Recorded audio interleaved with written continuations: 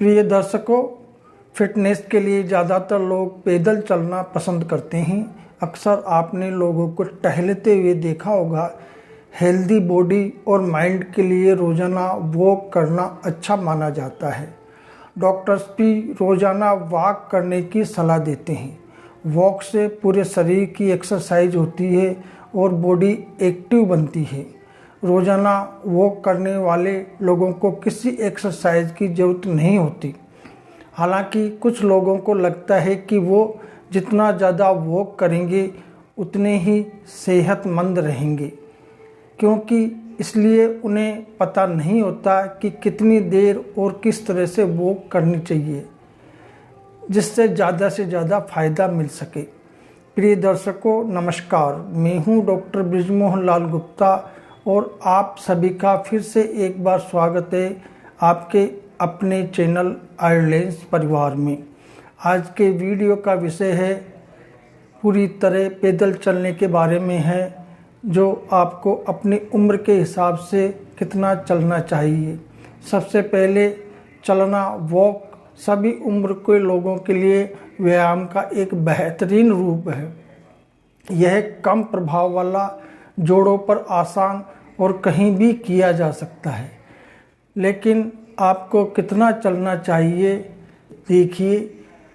अर्ध शक्त्या निशय वस्तु बिलिभि स्निग्ध भोजभि शीतकाले वसंते च मंदमेव तथा अन्यदा। अर्ध शक्ति तथा काल निर्देश आयुर्वेद में किए गए हैं कि बलवान तथा स्निग्ध घी, तेल आदि से बने हुए बादाम, काजू इत्यादि पदार्थों को खाने वाले मनुष्य शीतकाल यानी हेमंत, शिशिर ऋतु में और वसंत ऋतु में आदि शक्ति भर व्यायाम करें। इससे अन्य ऋतुओं में और भी कम व्यायाम करें।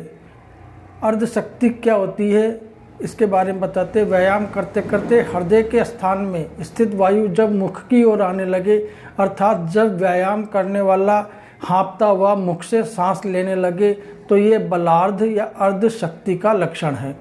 इस स्थिति में ये सोच लेना चाहिए कि इस समय आधा बल समाप्त हो चुका है। अर्ध शक्ति के लक्षण: कांखों में, माथे पर, नासिका के ऊपर, हाथों, पैरों तथा सभी संधियों में पसीना आने लगे और मुख सूखने लगे, तब समझना चाहिए कि आधी शक्ति समाप्त हो चुकी है। उस समय व्यायाम करना छोड़ दें और स्वयं बैठकर अपने शरीर के अवयवों को मसलें।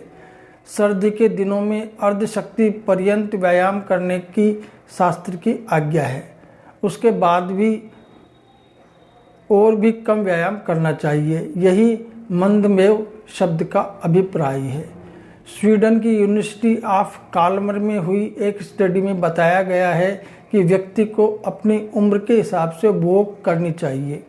इससे वजन को कंट्रोल किया जा सकता है और लाइफ स्टाइल से जुड़ी बीमारियों के खतरे को कम किया जा सकता है।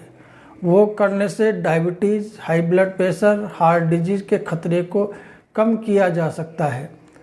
6 से 17 साल की उम्र में वॉक कितना करना चाहिए ये बता रहे हैं कि रिसर्च के हिसाब से 6 से 17 साल की उम्र में आप जितना चलते हैं उतना ही फ़ायदा मिलता है। इस उम्र के लड़कों को दिन भर में लगभग 15,000 स्टेप्स जरूरी चलने चाहिए। वही लड़कियों को 12,000 कदम चलने चाहिए। 18 से 40 साल की उम्र में पुरुष और महिलाओं को एक दिन में कम से कम 12,000 कदम चलना जरूरी है।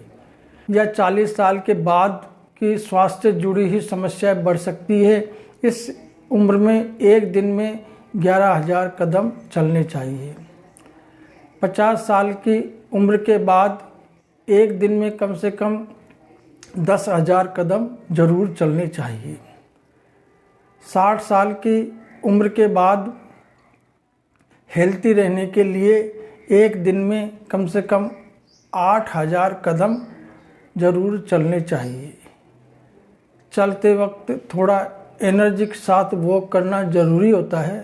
हालांकि आपको ध्यान रखना चाहिए कि थकान होने पर ज़्यादा वॉक न करें। प्रिय दर्शकों, आज के वीडियो के लिए बस इतना ही। अगर आपको ये जानकारी मददगार लगी तो इस वीडियो को लाइक करना, शेयर करना न भूलें और स्वास्थ्य और तंदुरुस्ती पर अधिक सुझावों के लिए मेरे चैनल को सब्सक्राइब करें। स्वस्थ रहें, प्रसन्न रहें, दिव्य शक्ति की कृपा हम पर बनी रहे। देखने के लिए धन्यवाद। नमस्कार।